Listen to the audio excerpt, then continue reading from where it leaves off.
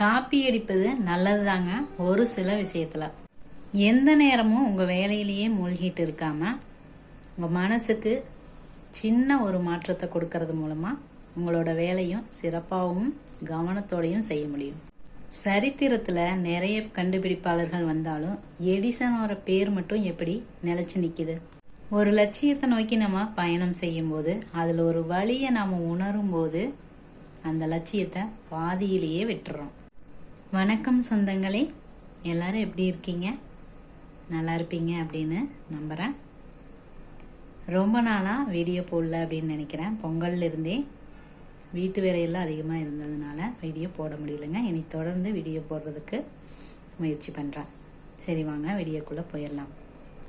அப்புறம் நம்ம வெள்ளை மனது சேனலை பற்றி ஒரு சின்ன விஷயங்க பேசிகிட்டு இருக்கிறது. நான் புஷ்பா ராஜேந்திரன்.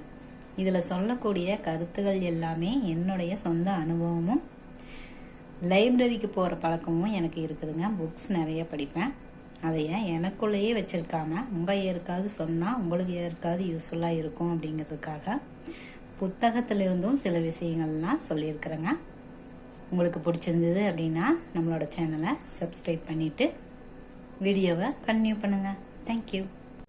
இன்னைக்கு நம்ம எதை பற்றி பார்க்க போகிறோம் அப்படின்னா, காப்பி அடிக்கிறது நல்லது தான் ஒரே ஒரு விஷயத்தில் மட்டும் அப்படிங்கிறத பற்றி பார்க்க போகிறோம். இது எதுக்காக அப்படின்னா, இதுக்கு முன்னாடி ஒரு வீடியோவில் நான் சொல்லியிருப்பேன், காப்பி அடித்தோம் அப்படின்னா நம்மளோட தனித்திறமை என்ன அப்படிங்கிறது வெளிப்படாமல் போயிடும் அப்படின்னு சொல்லியிருப்பேன். ஆனால் இந்த வீடியோவில் என்ன சொல்ல போகிறேன் அப்படின்னா, நிறைய வெற்றியாளர்கள், சாதனையாளர்கள் அவங்களோட வாழ்க்கை வரலாறுகள்ல இருந்து நமக்கு ஏற்ற மாதிரி நம்மளோட பழக்க வழக்கங்களை மாத்திட்டோம் அப்படின்னாவே நம்ம எந்த வேலை செஞ்சுட்டு இருந்தாலும் அதுல ஜெயிக்க முடியுங்க. அதுக்காகத்தான் நம்ம கண்ணுல வெற்றியாளர்களோட வாழ்க்கை வரலாறுகள் ஏதாவது பட்டுச்சு அப்படின்னா அதை வாங்கி படிக்கணும் அப்படின்னு ஆசைப்படுவோம். அவங்களோட வாழ்க்கையில நடந்த சின்ன சின்ன அனுபவங்கள்லாம் என்ன அப்படின்னு தெரிஞ்சுக்கணும்னு நம்மளுக்கு அவ்வளோ ஒரு ஆர்வமா இருக்கும். அந்த மாதிரி ஒரு 6 பேர்த்தோட வெற்றியாளர்களோட வாழ்க்கை வரலாற்றிலிருந்து ஒரு சின்ன சின்ன பழக்கங்களை தாங்க சொல்ல போறேன். உங்களுக்கு அதுல எது உங்களுக்கு ஏற்ற மாதிரி இருக்குதோ அதை நீங்க ஃபாலோ பண்ணலாம். அதுல நான் முதல்ல சொல்ல போறவரு மார்க் அப்படிங்கிற ஃபேஸ்புக் நிறுவனர். அவரு ஒவ்வொரு வருஷமும் ஒரு புதிய சவாலை தானே விரும்பி ஏத்துக்குவாராமாங்க. அது எதுக்காக அப்படின்னு, எந்த நேரமும் வேலையிலேயே மூழ்கிட்டு இருக்காம மனசுக்கு ஒரு சின்ன மாற்றம் வரும், அது மூலமா நம்மளோட வேலையை சிறப்பாகவும் கவனமாகவும் செய்ய முடியும் அப்படின்னு சொல்றாருங்க. இந்த சவாலுக்கும் அவருக்கும் எந்த விதமான சம்பந்தமும் இருக்கிறது இல்ல. எக்ஸாம்பிளா சொல்லணும் அப்படின்னா, ஒரு சீன மொழியை கத்துக்கலாம் அப்படின்னு கத்துக்கிறது. தினமும் ஆபீஸ் மூலமா மட்டும் இல்லாம புதிய ஒரு நபரை சந்திச்சு பேசுவாராமாங்க. இந்த மாதிரி நீங்களும் ஒரு புதிய சவாலை எடுத்துக்கிட்டு அதை செய்யறதுக்கு முயற்சி பண்ணி பாருங்க. அது உங்களோட வேலையை இன்னும் சிறப்பாகவும் கவனமாகவும் செய்யறதுக்கு தூண்டுதலா இருக்கும் அப்படின்னு சொல்றாரு. 2வது, தாமஸ் ஆல்வா எடிசன். சரித்திரத்துல எத்தனையோ வெற்றியாளர்கள் வந்தாலுமே தாமஸ் ஆல்வா எடிசனோட பேர் மட்டும் எப்படி தனிச்சு நிக்குது? ஏன் அப்படின்னா, அவரு சும்மா பொழுது போறதுக்காக எதையும் கண்டுபிடிக்கலங்க. நம்மளோட உண்மையான தேவைக்கு எது வேணும் அப்படிங்கறத யோசிச்சு மின்விளக்கு இந்த மாதிரி கண்டுபிடிச்சாரு. அந்த மாதிரி நம்மளும் சும்மா கடமைக்கு அப்படின்னு எந்த ஒரு வேலையுமே செய்யாம நம்மளோட தேவைக்கு அப்படிங்கிற நோக்கத்துல தேவையானது செய்ய ஆரம்பிச்சோம் அப்படின்னாவே வெற்றி நம்மளை தேடி வருங்க. ஜான் ராக்பெல்லர் அப்படிங்கறத நான் 3வதா சொல்ல போறது. அவர் என்ன பண்ணுவாரு அப்படின்னா, செப்டம்பர் 26 ஒவ்வொரு வருஷத்துலயும் அந்த நாளை கொண்டாடுவாராமா. என்ன அப்படின்னா, முதலா நான் வேலைக்கு சேர்ந்த நாள் அப்படின்னு சொல்லி எப்பவுமே அந்த நாளை கொண்டாடிட்டே இருப்பாராமாங்க. அவரு மில்லியன் கணக்குல சம்பாதிச்சாலுமே முதல்ல நான் வேலைக்கு போறதுக்கு உண்டான ஆரம்பம் அதுதானே அப்படின்னு சொல்லி அதை மறக்காம எப்பவுமே கொண்டாடுவாராமாங்க. அந்த மாதிரி சின்ன சின்ன வெற்றிகளை எப்போதுமே கொண்டாடுங்க அப்படின்னு அவர் சொல்றாரு.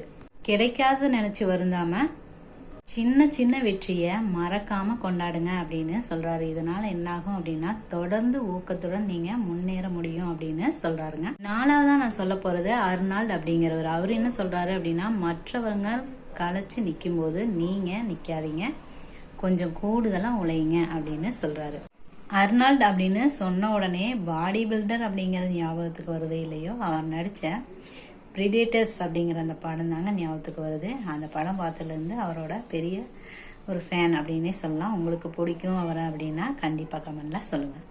பாடி பில்டிங்ல இவர் பயன்படுத்திய உத்தி அப்படின்னே சொல்றாரு. என்ன அப்படின்னா, மற்றவங்க வழியை உணர்ந்து அதுல இருந்து வெளிவரும்போது வெற்றியாளர்கள் எப்பவுமே அதை கடந்து சென்று விடுவார்கள் அப்படின்னு சொல்றாரு. அந்த கூடுதல் உழைப்பு தான் அவர்களை வெற்றியடை செய்யும் அப்படின்னு சொல்றாருங்க. அதாவது அவரு ஜிம்முக்கு போகும்போது எல்லாருமே திருப்தி அடைஞ்சு இதோட போதும் அப்படின்னு வெளியேறும்போது அவர் தொடர்ந்து பயிற்சி எடுத்துட்டே இருப்பாராமாங்க. அந்த கடைசி 10 நிமிஷம் பயிற்சி தான் எந்த ஒரு சாம்பியனையுமே உருவாக்குது அப்படின்னு சொல்றாருங்க. அடுத்ததான் நான் சொல்ல போற ஒரு பிகாசோ அப்படின்னு சொன்னாவே ஓவியம் வரைஞ்சது, மோனலிசா ஓவியம் வரைஞ்சவர் அப்படின்னு உங்களுக்கு எல்லாத்துக்கும் நல்லாவே தெரியும்.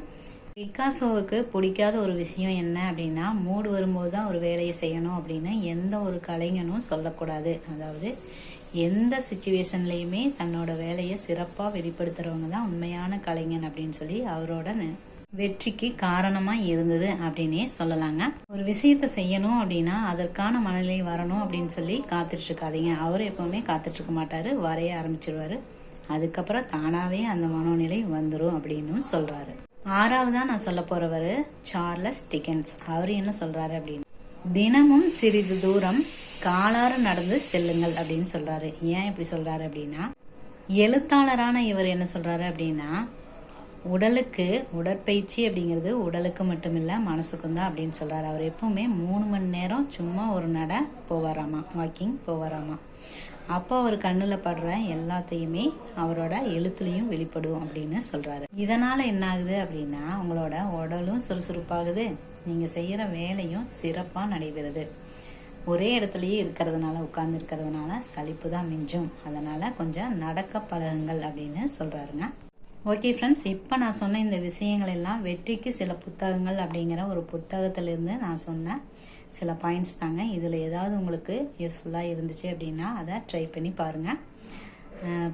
பயனுள்ளதாக இருந்துச்சு அப்படின்னு நினச்சிங்கன்னா ஒரு லைக் பண்ணுங்கள், கமெண்ட் பண்ணுங்கள். யாருக்காவது தேவைப்படும் அப்படின்னு நினச்சிங்கன்னா ஷேர் பண்ணுங்கள். தேங்க்யூ.